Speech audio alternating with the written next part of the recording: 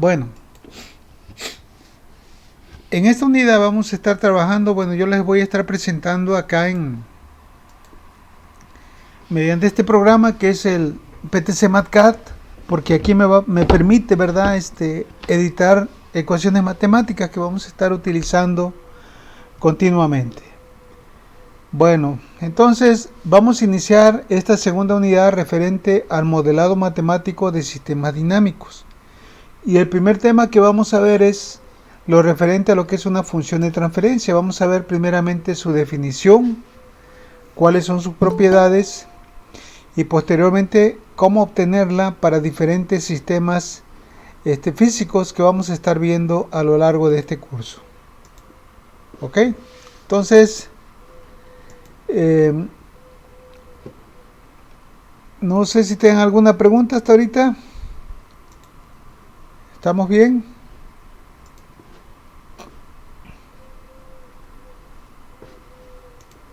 ¿Se me escucha?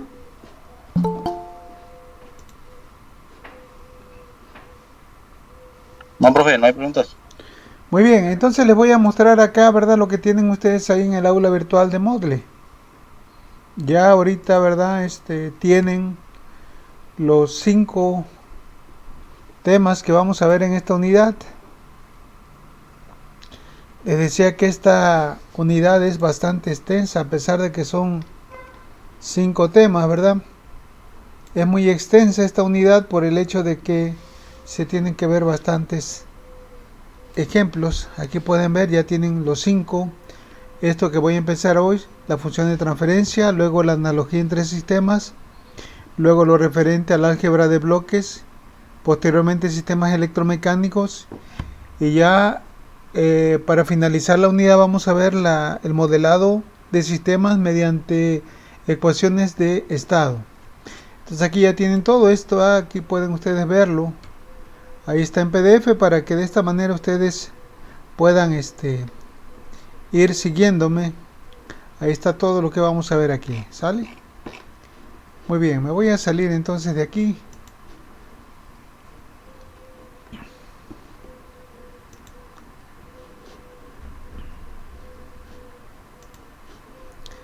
Muy bien. Entonces, lo primero que vamos a entender, ¿qué es una función de transferencia? Este concepto, no sé si lograron verlo, llegaron a alcanzar a verlo en análisis de circuitos DCA, lo que es una función de transferencia. Si no lo vieron, pues aquí lo vamos a tratar, ¿verdad? Una función de transferencia, como la vamos a entender aquí en ingeniería de control, se considera un modelo matemático en el dominio de la frecuencia compleja. No es otra cosa más que un modelo matemático. Nosotros en clases pasadas, en la unidad número 1, vimos lo que era la definición del modelo matemático. ¿Se recuerdan? Entonces, ahí vimos que para obtener el modelo, que el modelo matemático se refiere a la descripción matemática de las características dinámicas de un sistema. Decíamos que no era otra cosa más que una ecuación con la cual íbamos a poder describir cómo se comportaba un determinado fenómeno o sistema. Entonces la función de transferencia también es un modelo matemático, pero a diferencia de los modelos matemáticos que habían visto ustedes hasta ahorita, este modelo matemático se obtiene pero en el dominio de la frecuencia compleja, es decir, en términos de la variable compleja S. Esa variable que ustedes utilizaron cuando les enseñaron transformada de Laplace, ¿ok?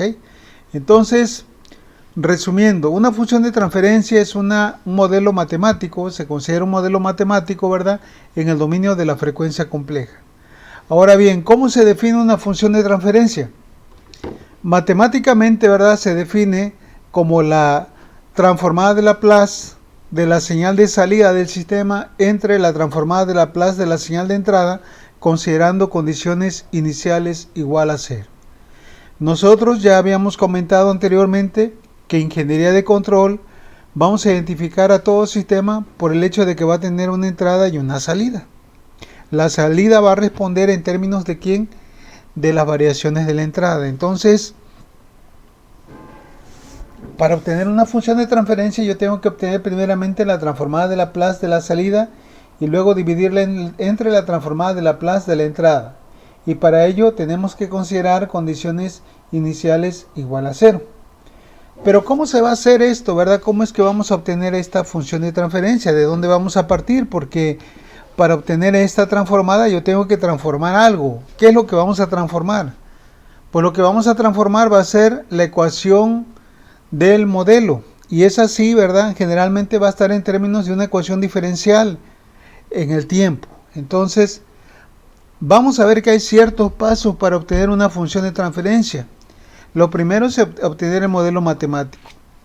Ese modelo matemático, como les he dicho, generalmente va a estar en términos de una ecuación diferencial.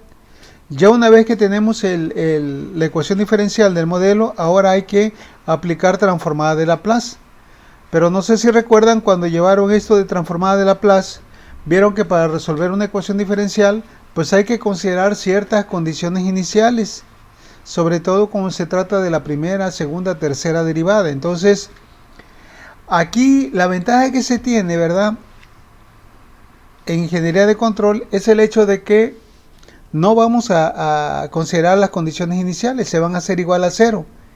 Y esto va a simplificar mucho el proceso. Entonces, fíjense bien, para obtener una función de transferencia lo primero que tenemos que hacer es sacar el modelo matemático. Ya que tengo el modelo matemático, aplico transformada de Laplace a esa ecuación diferencial considerando condiciones iniciales igual a 0. Posteriormente tenemos que hacer una manipulación algebraica de tal manera que se obtenga finalmente el cociente entre la salida y la entrada en términos de S. ¿Ok? Bueno, entonces recuerden esta definición. Ahora bien, para designar a una función de transferencia generalmente vamos a utilizar la letra G en función de S, es decir, va a quedar así, G de S. Para representar la señal de salida vamos a utilizar la letra C y para la entrada vamos a utilizar la letra R, ambas en términos de S. Entonces, de acuerdo a la definición que tenemos aquí, ¿verdad?, una función de transferencia G de S se define como la relación de la transformada de Laplace de la salida entre la transformada de Laplace de la entrada, considerando condiciones iniciales igual a 0. No sé si hay alguna duda con esto. Apenas vamos para allá. Lo único que estamos ahorita tratando de entender es la definición. ¿En qué consiste una función de transferencia? ¿Dudas hasta aquí? No. Muy bien, entonces aquí, ¿verdad? La primera ecuación es la 2.1, donde C de S pues viene siendo la transformada de Laplace de la señal de entrada. R de S transformada de Laplace de la señal de... C de S transformada de Laplace de la señal de salida. R de S transformada de Laplace de la señal de entrada. G de S pues viene siendo la función de transferencia. Y CI pues se refiere a las condiciones iniciales que debemos de considerarlas igual a 0.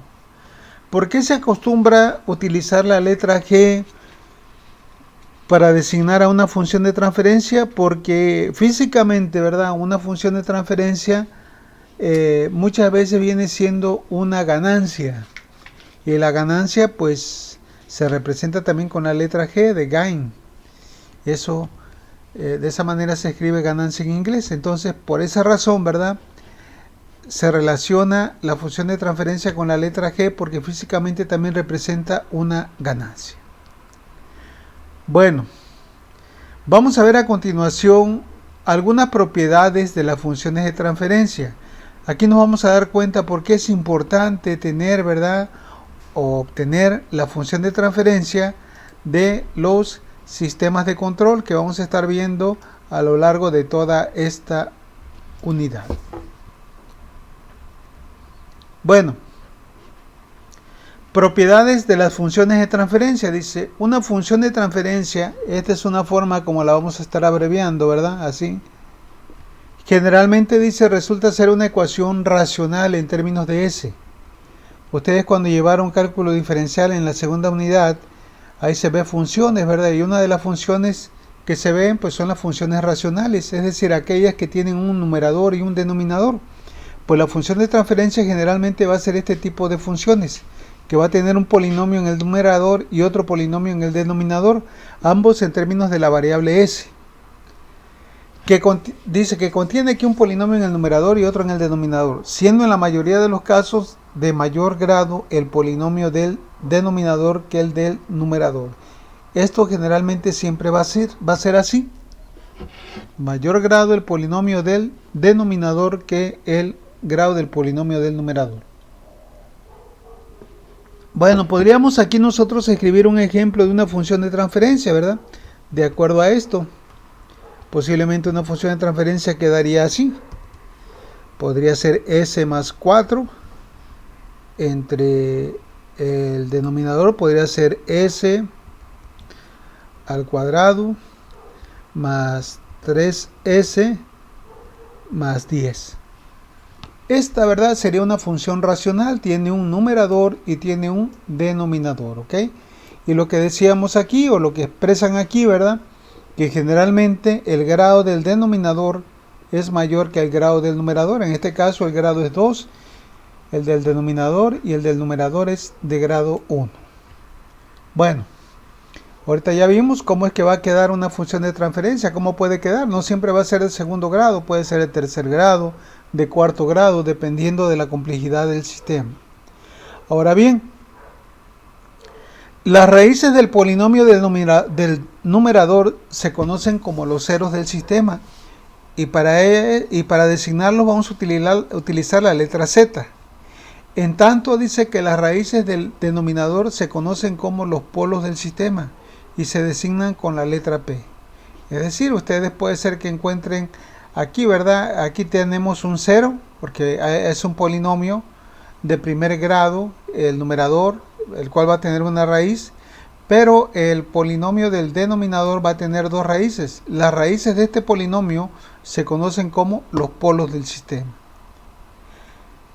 ¿Por qué se le llama ceros? Porque cuando el valor de s es igual al valor del 0, el valor de la ganancia de la función se hace 0.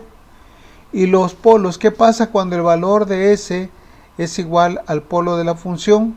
Pues resulta, ¿verdad?, en ese momento de que el valor de la función tiende a infinito. Muy bien, entonces recuerden esto, raíces del numerador se van a conocer como ceros, raíces del denominador los vamos a conocer como polos. Muy bien, ahora la importancia de obtener la función de transferencia de un sistema de control es que con ella podemos conocer el comportamiento de la salida para diferentes tipos de entrada. Fíjense bien aquí en la ecuación 2.1. Si nosotros ya tenemos la función de transferencia de un sistema, pues de aquí puedo despejar la salida, ¿verdad?, que es CDS. Si hago esto, esta entrada pasa del otro lado multiplicando. De tal manera que la salida va a ser igual a ¿quién? A la función de transferencia que ya sabemos que es una función racional multiplicada por ¿quién? Por la entrada. Lógicamente la entrada también transformada. Ya que tenemos esto, pues le podemos aplicar cualquier tipo de entrada. A un sistema se le puede aplicar una entrada, posiblemente un voltaje senoidal, un voltaje cosenoidal, un voltaje exponencial, una señal de corriente directa, ¿verdad?, una rampa, ¿verdad?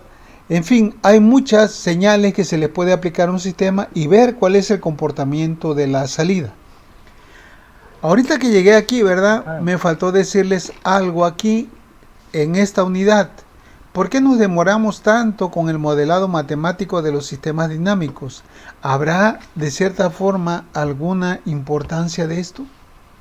¿Por qué en ingeniería de control se batalla mucho con la cuestión matemática, con la representación matemática de los sistemas? Pues por la sencilla razón de que nos interesa sacar el modelo matemático de los sistemas para ver cómo funcionan. O sea, nosotros podemos predecir mediante un modelo matemático, ¿verdad?, el comportamiento del sistema a partir de diferentes entradas de prueba, como tenemos aquí en la ecuación 2. Ya vimos que la salida depende de la entrada y de la función de transferencia. Entonces, si tengo la función de transferencia, pues le puedo aplicar cualquier tipo de entrada y ver cómo se comporta la salida. En un sistema de control siempre acuérdense que debe de haber una relación entre la salida y la entrada de referencia. ¿No sería más conveniente si yo voy a instalar o a diseñar un sistema de control, comprar todas las cosas, el controlador, ¿verdad? El actuador, los sensores, los registradores, las líneas de transmisión y hacerlo? ¿O sería mejor primeramente tener una idea de cómo va a funcionar previamente el sistema mediante una simulación, y ya una vez que tengo idea de que el sistema sí funciona, de que el sistema sí va a trabajar en el rango adecuado, pues entonces ya paso a la implementación? Pues de eso se trata, ¿verdad? Esa es la importancia de la simulación. Esa es la importancia de la modelación. Poder obtener el modelo matemático para que yo lo pueda simular y darme cuenta, cerciorarme de que el sistema va a funcionar, y ya de ahí pasaríamos a la implementación. ¿Alguna pregunta con esto, con lo que llevamos hasta ahorita? ¿Alguna duda Profe, Dime. lo que pasa es que la clase se escucha muy cortada, como que habla y de repente se traba la voz y se recorta. Ok, voy a cambiarme ahorita de servicio.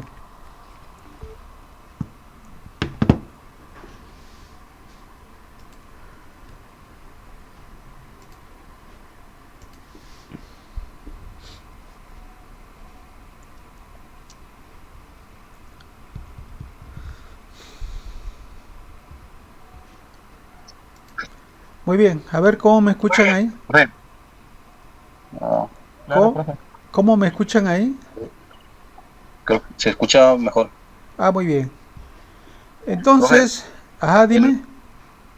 en el punto número 2 que está ahí, dice que de la fracción que nos enseñó ahorita, que los ceros se les denomina con la letra Z Ujú, y los polos con la P. así es. Pero, ¿qué quiere decir eso? De que, o sea, es como Z igual a S más 4 y P igual a toda la función que está en el denominador, ¿o cómo sería eso? Mira, por ejemplo aquí, vamos a sacar la raíz del numerador. Si yo saco la raíz del numerador, ¿qué tengo que hacer? Pues despejar aquí S, ¿verdad? Para ello lo igualo con 0. Y ya de aquí despejo a S. S hay que ser igual a menos 4, ¿no? Entonces, si me dicen que se tiene un sistema con Z igual a menos 4, quiere decir que este sistema tiene un 0 en S igual a menos 4. A eso se refiere. Ah, ok, profe. Ahora, para los polos igual, tendría yo que resolver esta ecuación aplicando la fórmula general del segundo grado. Las raíces que obtenga va a ser el polo 1 una y el polo 2 la otra. A eso se refiere. No sé si quede claro. Sí, profe. Sí. Muy sí, bien. profe. Ahora bien, una de las cosas más importantes, ¿verdad?, que podemos nosotros analizar a partir de la función de transferencia es la estabilidad de un sistema. En clases pasadas nosotros vimos, ¿verdad?, o habíamos dicho que un sistema era estable siempre y cuando el valor de la salida después de un cierto tiempo fuera igual al valor de la entrada, al set point, al valor deseado. Pero muchas veces los sistemas no responden así, sobre todo, ¿verdad?, cuando la sintonía del controlador no fue la adecuada. Entonces la salida oscila o tiende a un valor muy grande y ya se dice que el sistema es inestable.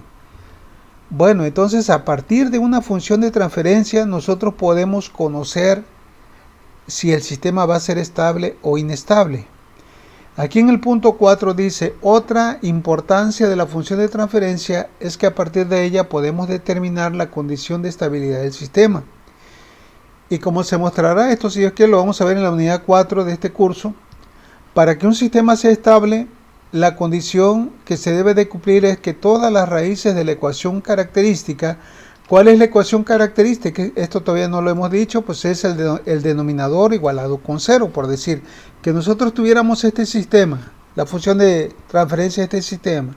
Si yo hago el denominador igual a 0, a esto se le llama ecuación característica, que no es otra cosa más que la forma de sacar los polos. Entonces, lo que dice aquí, La condición es que las raíces de la ecuación característica, que es el denominador igualado con 0, deberán tener parte real negativa. Si al menos uno de ellos no tiene parte real negativa, el sistema es inestable. ¿Ok? Entonces la condición es que todos los polos deben de tener parte real negativa para que matemáticamente nosotros sepamos que el sistema va a ser estable. Es decir, que la salida después de un cierto tiempo va a ser igual a ¿quién? A la entrada de referencia. Este es algo muy importante y le vamos a dedicar precisamente una unidad. Vamos a ver dos temas, sobre todo un tema gráfico que es de mucha ayuda, que se llama el lugar de las raíces, desarrollado por un ingeniero eléctrico, Walter Evans. Muy bien. Entonces, ¿alguna pregunta, alguna duda con esto?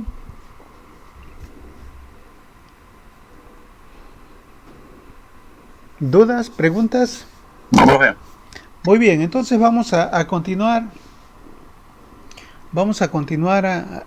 Ya nosotros sabemos lo que es la función de transferencia y qué propiedades tiene, ¿verdad? Porque es importante obtener. Muy bien, entonces lo que vamos a hacer a continuación es obtener la función de transferencia de sistemas mecánicos. Dentro de los sistemas mecánicos vamos a ver dos tipos: los sistemas mecánicos de traslación y de rotación. Bueno, dice, en este apartado se analizarán en primer lugar los sistemas mecánicos de traslación y posteriormente los de rotación.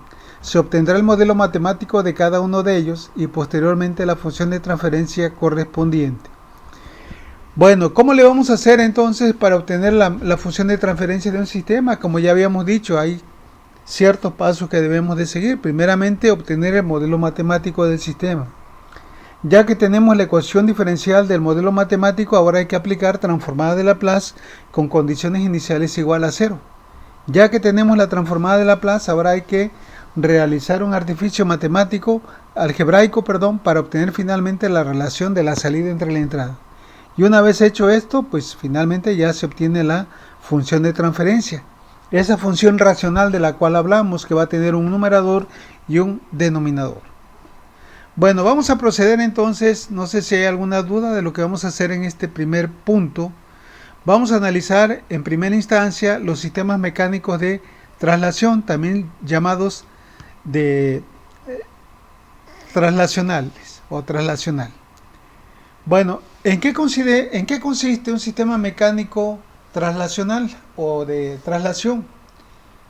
Bueno, consta de tres elementos: un resorte, ¿verdad?, de una constante K, un cuerpo de masa M y el amortiguamiento, ¿verdad?, que es que presenta el medio al movimiento de la masa. Ese amortiguamiento, esa fricción que opone el medio al movimiento del cuerpo de la masa, pues vamos a ver que va a depender del tipo de medio. Puede ser aire, puede ser agua, puede ser un aceite. Entonces son tres elementos. Antes de hacer el análisis, vamos a ir analizando esto, cómo funcionaría. Pongan mucha atención, por favor, porque esta es la parte medular del curso. De aquí para adelante, ¿verdad?, ya no es teoría, es un análisis. Las tareas van a ser de análisis de problemas, de ejercicios, resolución de problemas. Entonces, cualquier duda que no entiendan, por favor, me dicen. Ok, entonces, ¿sí me escuchan? Sí, profe. Muy bien. Profe. Sí, oiga, profe, sí. Ya está. No, para preguntarle si ya estaba grabando ahorita. Sí, ya, sí, desde okay. Al inicio me acordé, pero luego se me pasa porque como estoy atendiendo esto, luego atiendo de que están entrando y se me va la onda, pero ahorita sí. Ok. Ok, profe. Muy bien, fíjense bien, vamos a considerar esto. Vamos a suponer que tenemos un soporte por aquí fijo, algo ahí, un estribo, una madera o algo, y de ahí vamos a soportar, vamos a conectar, a atornillar fijamente el extremo de este resorte. Los resortes, pues yo creo que todo el mundo los ha visto, ¿verdad? Y en ese momento conectamos, colgamos, ¿verdad?, del otro extremo del resorte un cuerpo de masa M que lógicamente va a tener un peso. Díganme qué va a pasar cuando ustedes le cuelguen el cuerpo al resorte. ¿Se va a comprimir o se va a estirar? A estirar. Se va a elongar. Se va a estirar. Se va a estirar, ¿verdad? Y ya una vez que se estiró, va a llegar a una posición donde queda o se le llama posición de equilibrio. Ahí no se mueve. ¿Sí estamos de acuerdo? Entonces, en esa posición de equilibrio se dice que la fuerza que está experimentando el resorte es igual al peso del cuerpo. Otra cosa también que conviene recordar es que para que nosotros podamos conocer la fuerza de un resorte, si se recuerdan cuando llevaron resistencia de materiales, la fuerza del resorte, de un resorte de acuerdo a la ley de Cook, dice que es igual a ¿quién?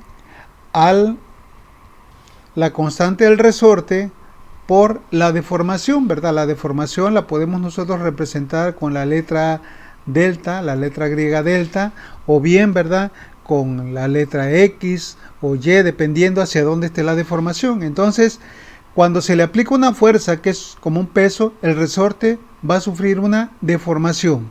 Esa deformación va a depender de la constante, de qué tan rígido es el resorte. Por decir, un resorte como el que nosotros utilizamos, ¿verdad? Bueno, el que utilizan los bolígrafos, los que utilizamos para escribir, pues son resortes muy livianos que tienen una constante muy pequeña. Pero por ejemplo, si ustedes se ponen a observar ahí los vagones del ferrocarril, no sé si han visto el conjunto de resortes que traen en la suspensión, son resortes muy muy duros, muy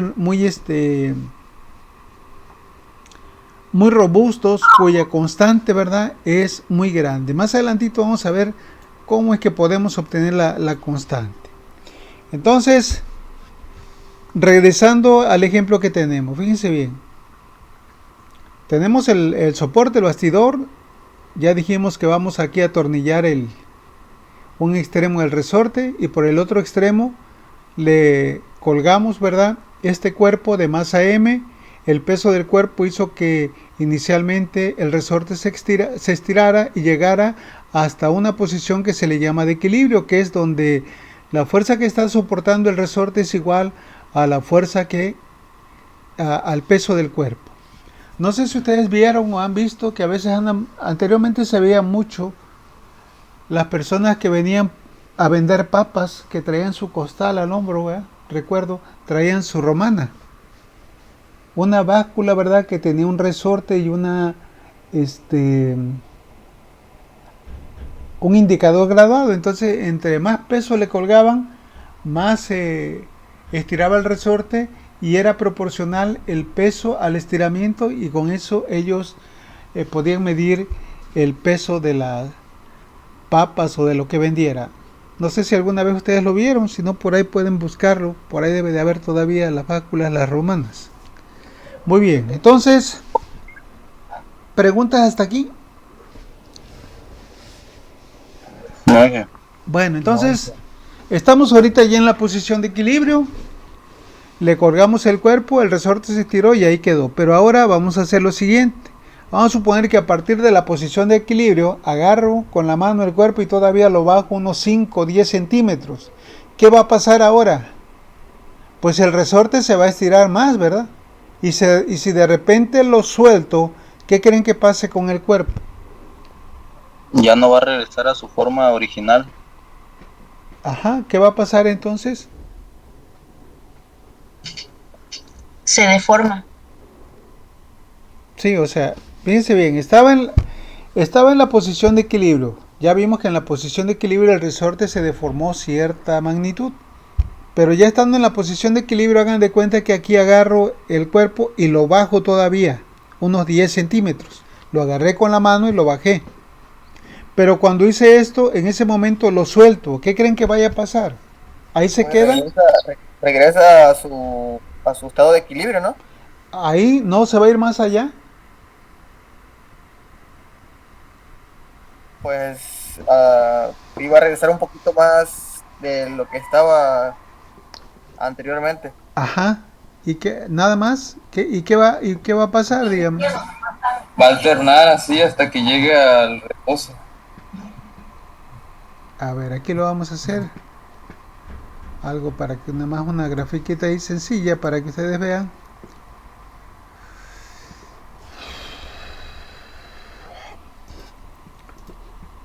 aquí tenemos esto, ¿verdad?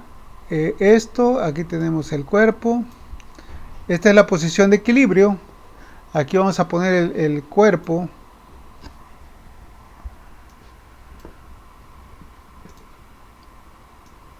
Aquí estaba el cuerpo, ¿ah? Aquí estaba el cuerpo, ahí estaba la posición de equilibrio, era esta de aquí.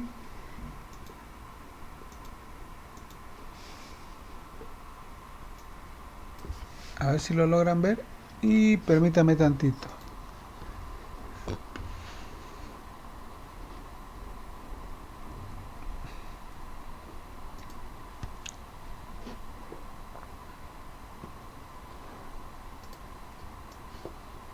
Vamos a suponer que por aquí tenemos el resorte, ¿eh? Que no necesariamente es así. Por ahí está, ¿no? Aquí tenemos el resorte, aquí le colgamos de aquí esto acá. Y vamos a...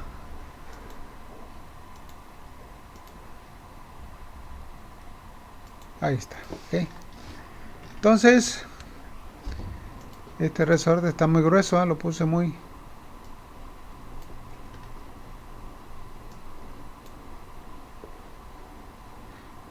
Y no lo puedo modificar ahorita. No sé por qué no se pueda. Pero no importa, nomás es indicativo, ¿no? Entonces estaba ahí. Ahí estaba en la posición de equilibrio.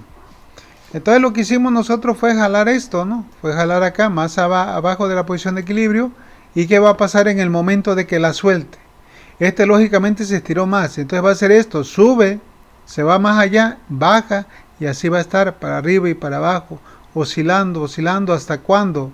Hasta llegar a un momento en que posteriormente vuelve a quedar en la posición de equilibrio. ¿Sí están de acuerdo con esto o no piensan que vaya a pasar esto? Sí, ¿sí puede pasar eso, profe? Sí. ¿Sí va a pasar eso? Sí, Bueno, profe. pero entonces, ¿por qué es que las oscilaciones cada vez van siendo más pequeñas y hace que el cuerpo después de un cierto tiempo se pare? Porque aquí, ¿verdad? Este cuerpo, después de cierto tiempo, se para. Después de estar oscilando, ¿verdad? Para arriba, para abajo, para arriba y para abajo, ahí se va haciendo... Al inicio las amplitudes, lo que se desplaza hacia arriba y hacia abajo es grande, pero a medida de que va pasando el tiempo se va reduciendo hasta llegar otra vez a la posición de equilibrio. ¿Qué es lo que lo detiene? ¿Habrá algo? La fricción, ¿no, profe? La fricción, dicen por ahí. A ver, ¿esa fricción de quién depende? Del resorte. ¿Del resorte? Ok. Resorte. ¿Sí están de acuerdo todos? Del aire, igual. Ok, vamos a ver. No, del medio en el que va a estar el resorte. Ajá. Bueno, vamos a suponer que ustedes se llevan esto allá Del al soporte. espacio, ¿verdad? Que fueron invitados por la NASA y se van allá a la estación internacional, se llevan su resorte, su soporte, su cuerpo y hacen este experimento que acabamos de hacer. Allá en el espacio, ¿será que el cuerpo se vaya a detener? No. No en parte, pero No creo. No, por la gravedad. no habría Ok, ahora vamos a suponer que ahorita, ¿verdad? Que viene lo de Semana Santa y ustedes convencieron a sus papás que se van. Aunque no se puede salir, ustedes se van a una alberca y se llevan su resortito y su masa y hacen ese experimento abajo del agua. ¿Qué va a pasar? ¿Se va a mover igual que como lo hicieron en el aire? ¿O No. o De hecho, se va a frenar más rápido. se va a detener más rápido? No, la densidad creo que ahí entra, ¿no? Ahora vamos a suponer que ustedes tienen por ahí como una pecera muy grande, ¿verdad? Llena de aceite del SAE 40, SAE 50 de motor. Y meten ahí su resorte y su cuerpo y también tratan de hacer el experimento. ¿Qué va a pasar ahí todavía? ¿Se va a detener más rápido que en el agua y en el aire? Sí, porque es más denso el aire. Ok, bueno, entonces ¿a qué conclusión llegamos? Después de haber analizado todo esto, llegamos a la siguiente conclusión. El cuerpo después de un cierto tiempo se va a detener. ¿Por qué? Porque el medio donde se mueva le va a infringir una una fuerza de oposición, se va a oponer al movimiento del cuerpo, ya sea cuando va hacia abajo o cuando va hacia arriba. Entre mayor es la viscosidad del medio, mayor es la fuerza que va a provocarle a oponerse en el cuerpo. Por eso les decía, ¿verdad? En el espacio no se va a detener, ahí se va a quedar porque no hay fricción. Aquí en el aire se va a detener, pero después de cierto tiempo. En el agua va a ser más rápido porque es más viscosa, y en el aceite pues posiblemente dé 1, 2, 3 pataleadas e inmediatamente llegue otra vez a la posición de equilibrio. ¿Por qué? Porque el aceite tiene una mayor viscosidad, y entre mayor es la viscosidad, mayor es la fuerza que opone. También depende mucho de la velocidad del movimiento. La fuerza que opone el medio, como vamos a ver más adelante, depende de dos parámetros: la viscosidad y de la velocidad con la que se mueva. Y esto lo podemos nosotros comprobar de la siguiente forma. No sé si alguna vez ustedes han viajado en una camioneta pick-up, van atrás en la redila, ¿verdad? Atrás en la batea, pero la camioneta va, digamos que a 20, 30 kilómetros por hora, pues no sentimos nada. Pero de repente, ¿verdad? Agarra una velocidad de 90, 100 kilómetros por hora. ¿Qué pasa? ¿Qué sentimos con el aire? Sentimos que hasta nos hace para atrás, ¿verdad? Hasta se nos mueven aquí la boca, los cachetes, de la fuerza que sentimos. Entonces ahí nos damos cuenta que la fuerza que opone el medio pues depende precisamente de la viscosidad, pero también de la velocidad. Ahora imagínense, si nosotros vamos en una lancha rápida y queremos meter la mano en el agua, pues una fuerza enorme. ¿Por qué razón? Porque el agua todavía es más viscosa que el aire. Bueno, entonces ya tenemos idea de cómo va a funcionar este sistema. Vamos a colgar el cuerpo de este resorte y luego va a haber una fuerza impulsora, así como dije hace un rato que vamos a jalar, la verdad, más allá de la posición de equilibrio. Aquí le vamos a poner una fuerza impulsora para que haga que se mueva el cuerpo y empiece a oscilar. Y en la oscilación de ese cuerpo puede ser que termine o que se mantenga en un cierto valor dependiendo de la fuerza. Bueno, preguntas hasta aquí. Por ahí, Adrián, tienes tu micrófono, o no sé si vayan a preguntar algo. Inge, entonces, entre mayor viscosidad, mayor será la fuerza de oposición hacia el regreso al movimiento del cuerpo, ya sea o sea, el cuerpo, el medio va a oponer fuerza para donde te muevas. O sea, si el cuerpo se mueve hacia abajo, pone movimiento. Si se opone resistencia, si se mueve hacia arriba, igual, hacia la derecha, hacia la izquierda, hacia cualquier lado. ¿Sí? Okay, bueno, entendido. Entonces, ya que tenemos idea de esto, vamos a hacer el análisis para obtener el modelo matemático de este sistema dinámico, que es un sistema mecánico de traslación. Bueno, dice, en este tipo de sistemas se consideran tres elementos: la masa del cuerpo que se mueve, un resorte y la fricción del medio. Bueno, ahora bien, nosotros en la unidad pasada, cuando vimos la definición de modelo matemático, habíamos dicho que era la descripción matemática de las características dinámicas de un sistema físico. Y habíamos comentado que no era otra cosa más que una ecuación. Pero generalmente en física, ¿verdad? Como es la rama que estamos estudiando, pues siempre nosotros queremos encontrar o analizar cómo varía cierta variable con respecto a otra. Entonces, cuando se está tratando de encontrar variaciones de ese tipo, lo más común es en tener un modelo matemático en términos de una ecuación diferencial, que es precisamente lo que vamos a obtener aquí en este sistema. Va a resultar una ecuación diferencial de segundo orden. Bueno, entonces tenemos lo siguiente: F de t va a ser la fuerza impulsora, la que va a provocar el movimiento, K la constante del resorte, M la masa del cuerpo, que va a estar dada en kilogramos, la fuerza en newtons, estamos en el sistema internacional, la constante del resorte, el coeficiente de fricción viscosa en newtons por segundo sobre metro, o bien newton por metro sobre segundo, y Y de t, que va a ser el desplazamiento de la masa, que va a estar dada en metros.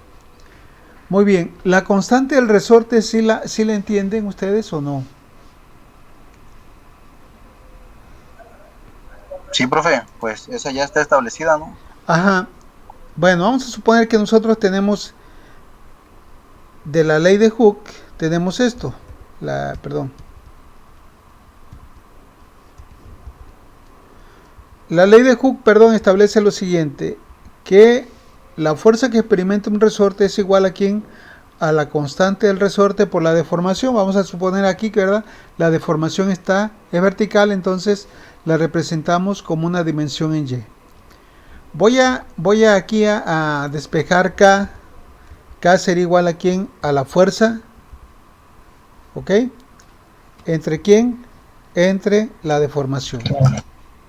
Vamos a suponer que nosotros tenemos la siguiente, una tablita.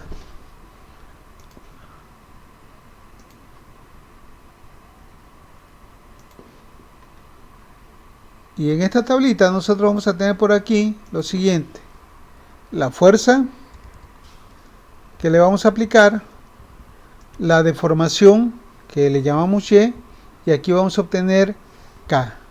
Vamos a suponer que cuando a este resorte le aplicamos 10 newtons o 100 newtons, la deformación que sufrió este resorte fue de 5 centímetros.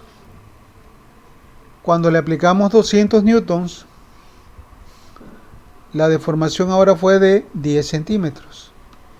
Cuando le aplicamos 300 newtons, la deformación fue de 15 centímetros y ahí se va. Bueno, ¿cuál sería la constante? Pues aquí la podemos sacar, ¿verdad? Si dividimos 100, que es FK, entre 5, ¿cuánto me daría? 20. 20, ¿verdad? Aquí serían 20 newtons por centímetro. Quiere decir que para que este resorte se deforme 1 centímetro, le tengo que aplicar ¿cuánto? 20 newtons. Y aquí va a ser, para acá va a ser lo mismo, ¿verdad? Aquí también va a ser el cociente, va a ser el mismo. 200 entre 10 me va a dar ¿cuánto? 20. 300 entre 15, 20. ¿Por qué? Porque los resortes son lineales. Ahora, ¿qué pasaría, verdad? Este es un resorte, entonces, 20 newtons, ¿como cuántos son? En kilogramos son aproximadamente como 2 kilogramos, un poquito más. Entonces, para que yo a este resorte lo deforme 1 centímetro, tengo que aplicarle casi 2 kilogramos. Ya es un resorte más o menos. Imagínense un resorte del ferrocarril. Ahí posiblemente tenga que aplicarle unas 10 toneladas. Cuando se deforma 10 toneladas, cuando se le aplican 10 toneladas, posiblemente el resorte se deforme 1 pulgada. Es algo muy grande. ¿Sí me entienden? Entonces, la constante del resorte me va a indicar qué tan fuerte es el resorte. Si tenemos una constante pequeña, pues dice que el resorte va a ser muy ligero, muy liviano. ¿Ok? No sé si hay alguna pregunta, alguna duda con esto. ¿Preguntas? ¿Dudas? ¿Se me escucha? No. Muy bien, entonces aquí lo vamos a dejar, jóvenes. Quedamos que mañana era el examen, ¿verdad? A la hora de la clase. Sí. Bueno, pues así échenle es. ganas y ya Sí. nos vemos si Dios quiere el miércoles. Sale Inge. ¿Sale pues? Dale, ingeniero. Sí, hasta Hasta luego. luego. Dije otra pregunta. Profe, ¿ya no será necesario ingresar mañana a la clase? No, ya A la entran reunión directamente. ¿No? El examen va a ser 1 hora de 11 a 12. Ah, muy bien. ¿Sale? Ya directo en el Moodle. Exacto, ahí está. Ahí va a estar el cuestionario. Sale pues, Inge, está bien. Ok. También resolvemos el cuestionario, ¿verdad? Sí, hoy tienen hasta las 11:59. Después ya no hay cómo. Ah, ok, perfecto. Gracias. Sí, hasta luego. Hasta luego, Inge. Hasta luego. Ya repasé nada más. Ajá, sí, yo ya